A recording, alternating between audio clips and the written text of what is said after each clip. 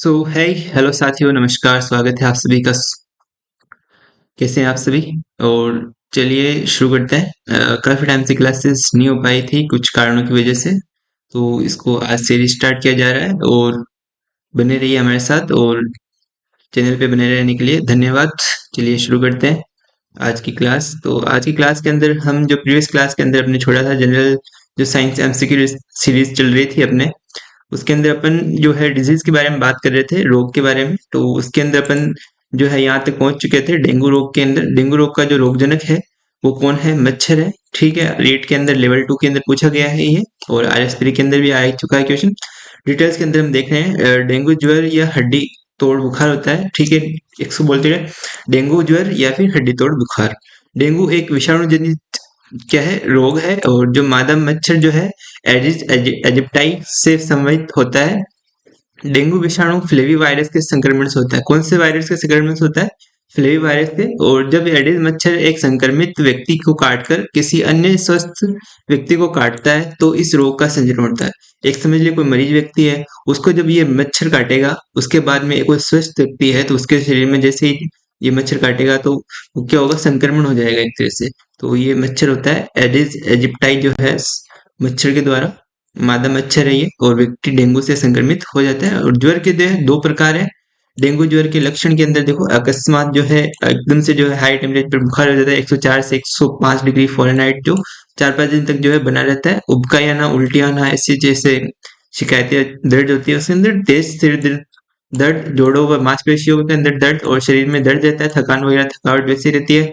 आंखों के पीछे जो दर्द रहता है आंखों की गति के साथ साथ अधिक होती है, मतलब आँख दर्द होने लग जाती है। गर्म जो है बोलते हैं अपन आम भाषा में कि बढ़ने लग जाती है। तो वैसे रक्त में जो है प्लेटलेट्स की संख्या एकदम से बिल्कुल से डाउन हो जाती है डेंगू के अंदर। ठीक है, तो ये थोड़ी गंभीर समस्या रहती है। रक्त स्राव जनक डेंगू ज्वर के लक्षण, ये तो था मतलब डेंगू ज्वर के लक्षण जो नॉर्मल डेंगू जनक है। और उसके अंदर है पेट में लगातार तेज दर्द होता है रक्त स्राव वाले के अंदर, और त्वचा में ददुरे या फिर चकते जैसे बढ़ना, ब्लड के जो एकदम लाल लाल जो होते हैं वो चकते बनना। नाक, मुंह व आंतरिक अंगों में जो है रक्तस्राव, नक सिराना वैसा।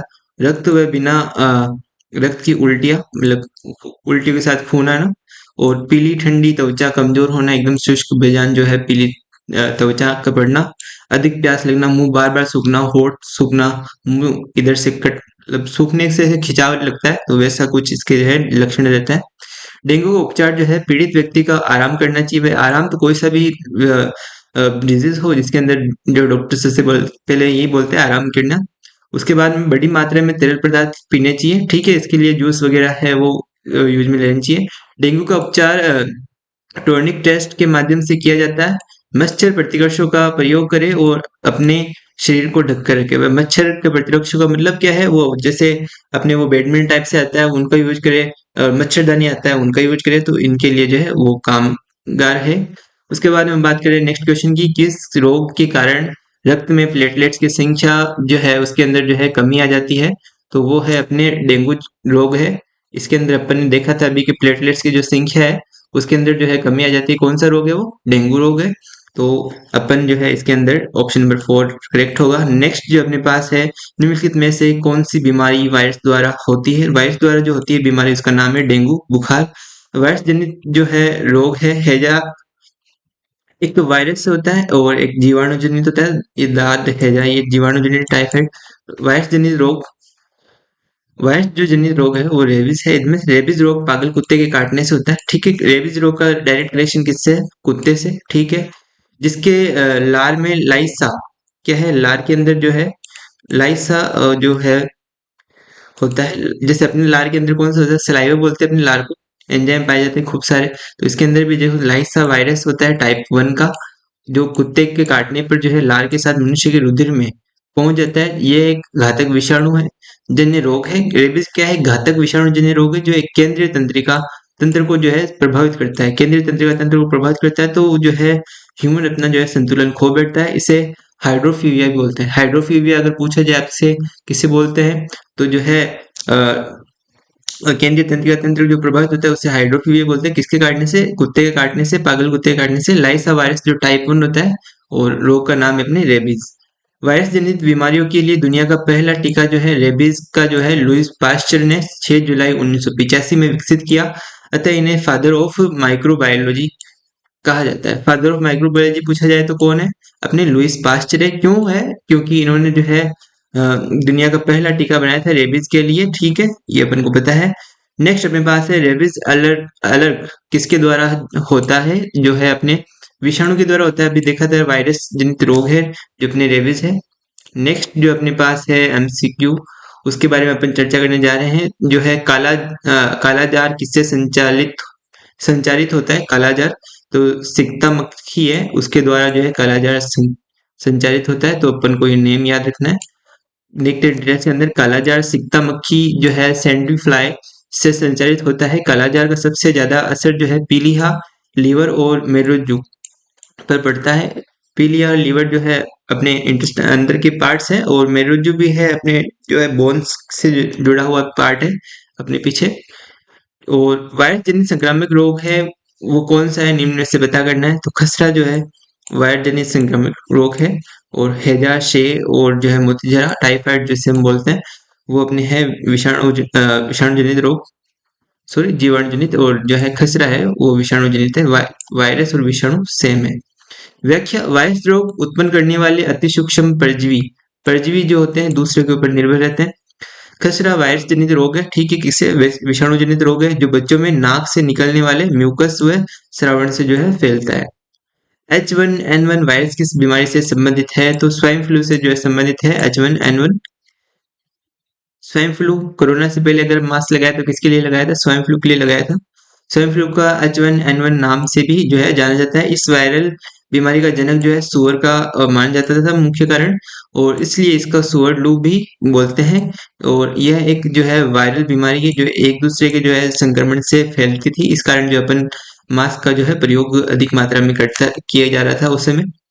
नेक्स्ट अपने पास है मलेरिया नामक रोग कौन से मच्छर के काटने से फैलता है? बोलो।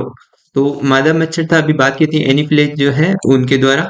तो मलेरिया रोग मादा एनीफिलीजा मच्छर के काटने से होता है। ये मादा एनीफिलीजा मच्छर के लाल ग्रंथि में पाए जाने वाले प्लाज्मोडियम के स्पोरोजोइट के कारण होता है। प्लाज्मोडियम के स्पोरोजोइट के कारण होता है, जिसमें जो है प्लाज्मोडियम श्रेणी के जंतु जैसे Plasmodium malariae, Plasmodium falciparum, Plasmodium oval, Plasmodium वेवेक्स इत्यादि प्रजाति मलेरिया फैलाते हैं। मलेरिया रुधिर में प्लाज्मोडियम गण के प्रोटोजोआ परजीवी के माध्यम से फैलता है। मुख्यतः 5 प्रकार के प्लाज्मोडियम परजीवी मनुष्य को प्रभावित करते हैं, जिसमें से सर्वाधिक जो है खतरनाक दुर्दम जो बोलते हैं प्लाज्मोडियम फेल्सीपेरम जो है माना जाता है। प्लाज्मोडियम फेल्सीपेरम जो है सबसे ज्यादा खतरनाक या जो मानसिक दुर्दम माना जाता है।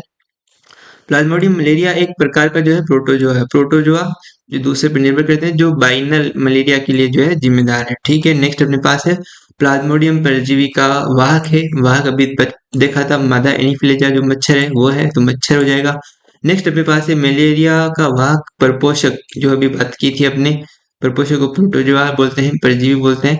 तो नर एनीफिलीजा मच्छर, मादा क्यूलियकस मच्छर, नर एडिस, तो सारे क्या है मच्छर की प्रजाति है। तो उपयुक्त में से कोई नहीं, क्योंकि इनमें से देखो मादा एनीफिलीजा था, इसमें नर एनीफिलीजा है तो ये वैसे ही नहीं होगा। मादा म्यूकुलस ये नहीं है, नर एडिस ये नहीं है, तो इनमें से कोई सी भी प्रजाति वो नहीं है जो मलेरिया के लिए वाहक प्रपोषक है।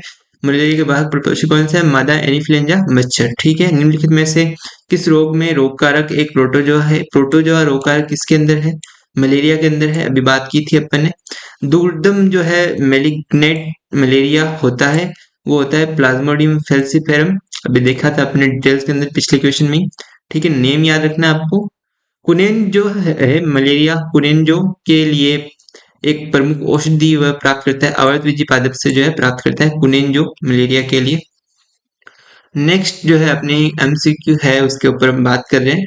तो एमसीक्यू है अपनी, पहले डिटेल देख लेते हैं पिछले जो क्वेश्चन था उसके लिए। मलेरिया रोग में ठंड के साथ तेज बुखार आता है, तेज पसीना आता है। ठीक है, मलेरिया से बचाव के लिए जो है डीडीटी डाइक्लोरो डाइफिनाइल ट्राइक्लोरोइथेन जो है उसका यूज किया जाता है। बीएससी जो है उसका बेंजीन हेक्साक्लोराइड के जो है छिड़काव किया जाता है। मच्छरों को समाप्त किया जाता है, ये देखो मच्छरों को समाप्त करने के लिए जो है ये केमिकल का यूज किया जाता है, उर्वरक कीटनाशी बोलते हैं इसे। और कुनेन जो है जो कि सिनकोना की छाल से प्राप्त होता है। सिनकोना कोई पदार्थ है, उनकी छाल से प्राप्त होता है। और क्लोरोक्विन जो है दवा का उपयोग लेनी चाहिए इसके लिए, किसके लिए?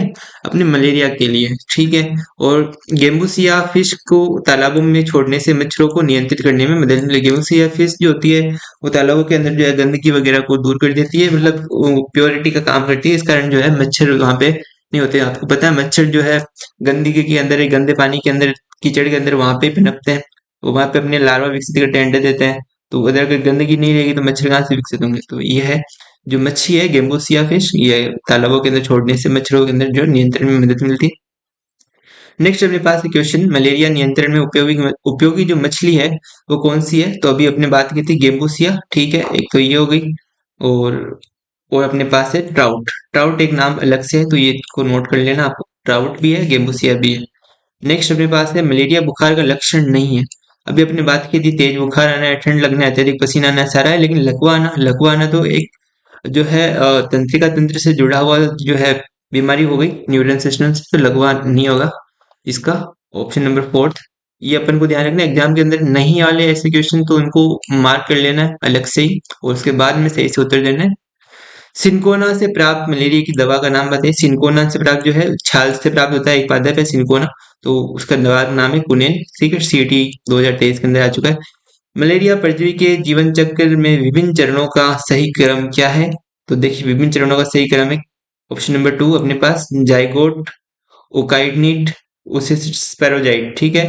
तो ऑप्शन नंबर 2 जो अपने पास एग्जैक्टली करेक्ट होगा। रोगवाहक मच्छर संक्रमित मानव को दर्शन द्वारा उसके रक्त से मलेरिया परजीवी को ग्रहण कर लेते हैं। रक्त कोशिकाओं में उपस्थित परजीवी के नर व मादा जननांग गमेटोसाइट मच्छर के पेट में विकसित होते हैं और फिर संयोजित होकर युग्मक जाइगोट बनाते हैं, जो मच्छर की उदर की दीवार में पलने लगते हैं। परिपक्व होने पर ये फटते हैं और इनसे निकलने वाले बीजाणु स्पोरोजेट मच्छर की लाल ग्रंथियों में पहुंच जाते हैं। जब मच्छर स्वस्थ मनुष्य को काटता है तो त्वचा में लाल के साथ साथ स्पोरोजेट्स भी मनुष्य के शरीर में जो है प्रवेश कर जाते हैं। तो ये जो है रोगवाहक मच्छर के संक्रमित मानव को जो है उनका स्टेप है, कैसे कैसे जो है ये फैलाते हैं अपने डिजीज को। और नेक्स्ट जो अपने पास है पायरिया रोग। पायरिया जैसे भी आप नाम सुनोगे तो सीधा जो है मसूड़ों से, दांत से, तो उनसे संबंधित होगा। तो पायरिया जो है दांतों से संबंधित होगा। आप देखते होंगे एड वगैरह आते हैं टीवी के अंदर, जो है वो अमरूद रहता है या क्या रहता है उसको वो खाता है, तो उसके अंदर जो है उसके जो रेड रेड आता है, मसूड़े के अंदर खून आता है, तो वो आ जाता है उसके अंदर, दिख जाता है उसके अंदर अलग से। तो बताते हैं आपके अंदर टूथपेस्ट में नमक है या नहीं है कोलगेट का, तो उनका जो है ऐड करने का तरीका है मार्केटिंग का। ये पीएसआई एग्जाम के अंदर पूछा गया है 2007 में, पायरिया रोग संबंधित है दांतों से। नेक्स्ट ये टेबल जो है काफी ज्यादा इंपॉर्टेंट हो जाती है, तो टेबल को आप नोट भी कर सकते हैं अपनी सुविधा की दृष्टि से। स्क्रीन पे आप देख पा रहे होंगे मलेरिया, मलेरिया जो है रोग है, पायरिया रोग है, सोने की बीमारी, पेचिस, काला ज्वर। प्रभावित जो होंगे मलेरिया से तिल्ली या आरबीसी होता है, आरबीसी अपने रेड ब्लड सेल्स, ठीक है। प्लाज्मोडियम एनीफिलिया, मलेरिया से अपन को पता है कि जो अपने आरबीसी है उनके प्लेटलेट्स की संख्या जो है डाउन हो जाती है, और ठंड के साथ तेज बुखार और तेज पसीना आता है, मलेरिया के लक्षण है। पायरिया मसूड़े से संबंधित है। एंड एमीबा जिंजोवेलिस जो है परजीवी है, उसके कारण होता है। मसूड़ों से रक्त निकलने लग जाता है, ठीक है। सेब वगैरह कुछ भी खाते हैं तो उसके अंदर जो है अपने साफ देख सकते हैं, क्योंकि मसूड़े से जो खून निकलता है उनके ऊपर लग जाता है, ठीक है। उस सोने की बीमारी मस्तिष्क से रिलेटेड होती है, जो भी जो है मनोवैज्ञानिक होते हैं या फिर जो भी अपने मेंटली डिसऑर्डर रहते हैं ह्यूमन, तो उनके जो है सोने की बीमारी के कारण ही होते हैं, ठीक है। उनको नींद नहीं आ पाती, उसके कारण जो है उनका जो है दिमागी संतुलन खो बैठते हैं वो। ट्रिपेनोसोम जो है परजीवी के कारण होता है, बहुत नींद के साथ बुखार, ठीक है। लक्षण ये होता है। पेचिस, पेचिस अपने आंतों से रिलेटेड है, ठीक है। एंड एमीबा हिस्टोलिटिका इसका जो है परजीवी है। और श्लेष्मा व खून के साथ जो है दस्त आना, दस्त, ठीक है। और काला ज्वर जो है अस्थि मज्जा से रिलेटेड है। लिशमेनिया डोनावानी तेज बुखार आता है इसके अंदर, ठीक है। नेक्स्ट अपने पास है निम्नलिखित में से कौन सा युग्म सुमेलित नहीं है? सुमेलित है, ठीक है, तो ये अपना नोट करना है। सुमेलित कौन सा है? एंड अमीबा हिस्टोलिका प्रोटोजोआ, जो अपने किससे रिलेटेड है? अपने प्रोटोजोआ से रिलेटेड है एंड अमीबा हिस्टोलिका। ये रहा अपने पास आदत से पेचिस के लिए। नेक्स्ट अपने पास है एस्कारिस, ये जो है अपने पास देखते हैं इनको। अमीबाइसिस एंटी एम्बीबाइसिस भी बोलते हैं इसे, और एंड अमीबा हिस्टोलिटिका और माइक्रो ऑर्गेनिज्म फाइलम प्रोटोजोआ है, जो अपना जो है जीवन पैरासाइट पैरासाइट मतलब परजीवी जो दूसरों पर निर्भर करते हैं के रूप में बिताता है, जिसके कारण पेचिस की बीमारी होती है। ठीक है, ये परजीवी बड़ी आंत के अगले भाग में रहता है, ये प्रदूषित जल में रहता है। इसी इंटेस्टाइनल प्रोटोजोआ पैरासाइट के कारण एम्बाइसिस रोग होता है। ठीक है, ये माइक्रोस्कोपियन ऑर्गेनिज्म एमीबा की एक प्रजाति है जो के तहत आता है। ठीक है, नेक्स्ट अपने पास है पेयजल में एंट अमीबा हिस्टोलिका का होना एक संकेत है। संकेत किसका है? प्रदूषित जल का है। ठीक है, एंट अमीबा हिस्टोलिका पेयजल के अंदर, पेचिस बीमारी के अंदर जो है ये होता है। नेक्स्ट अपने पास है मच्छर से फैलने वाला रोग जो है मलेरिया है। ठीक है, और मच्छर से फैलने वाला रोग जो है मलेरिया हो गया, पित्त ज्वर हो गया। ठीक है, ये दो रोग हो गए, तो ऑप्शन नंबर थर्ड अपने पास है जो करेक्ट होगा आंसर। नेक्स्ट अपन बात कर रहे हैं पित्त ज्वर की। येलो फीवर, येलो फीवर आपने बताया था एक संक्रामक तथा तीव्र रोग है जो सहसा आरंभ होता है। इसमें ज्वर, वमन, मंद नाड़ी मूत्र में एल्बुमिन की उपस्थिति, रक्तस्राव तथा पीलिया के लक्षण होते हैं। अपने अभी बात की थी जो है पीलापन पड़ जाता है, शरीर नाखून पीले हो जाते हैं, जिसमें तेज बुखार रहता है और यकृत को बहुत हानि होती है इसके कारण। इस रोग का कारक एक सूक्ष्म विषाणु होता है जिसका संवहनी एडोज एजिप्टाई जो है स्ट्रिगोमिया फेसियासाइड जाति के मच्छर द्वारा होता है। ये नाम लिखना है, एडोज एजिप्टाई। ये रोग कर्क तथा मकर रेखाओं के बीच स्थित अफ्रीका तथा अमेरिका के भूभागों में सबसे ज्यादा होती है। अफ्रीका और अमेरिका जो है उनके इलाकों में सबसे ज्यादा इसके पाए जाते हैं पेशेंट। पित्त ज्वर मतलब बोलते हैं येलो फीवर। कैसा रोग है? अभी बात की थी वायरस जनित है, मतलब विषाणु जनित है। ऑप्शन नंबर फर्स्ट करेक्ट हो जाएगा। जेल प्रहरी के अंदर आ चुका है क्वेश्चन। निम्नलिखित में से कौन सा रोग आमतौर पर पिस्सू फ्लीज द्वारा फैलाया जाता है? पिस्सू फ्लीज द्वारा। ऑप्शन नंबर फोर जो है पिल्लू, पीला बुखार, अभी बात की थी अपने इसके अंदर जो है डिटेल्स के अंदर देखा था अपने। नेक्स्ट अपने पास है उल्टी एवं दस्त लगने पर शरीर के निर्जलीकरण के दौरान निम्न में से किसकी कमी हो जाती है? तो सोडियम जो है क्लोराइड, उसकी कमी हो जाती है। उसके बाद में जो डॉक्टर अपन को देता भी है ओआरएस का घोल, तो उसके अंदर यही होता है। ठीक है, मेन चीज उल्टी दस्त से शरीर में सोडियम, पोटेशियम, मैग्नीशियम हाइड्रोक्लोराइड की जो है कमी हो जाती है, जिससे जो है हाथ पैरों में दर्द आता है, हाथों का मूवमेंट और हार्ट अटैक की गति कम हो जाती है। तो ये इसके जो है लक्षण रहते हैं। तो अपन आज की क्लास को यहीं तक रखते हैं और अगली क्लास को हम जल्दी स्टार्ट करेंगे, और तब तक के लिए स्वस्थ रहिए, मस्त रहिए। धन्यवाद।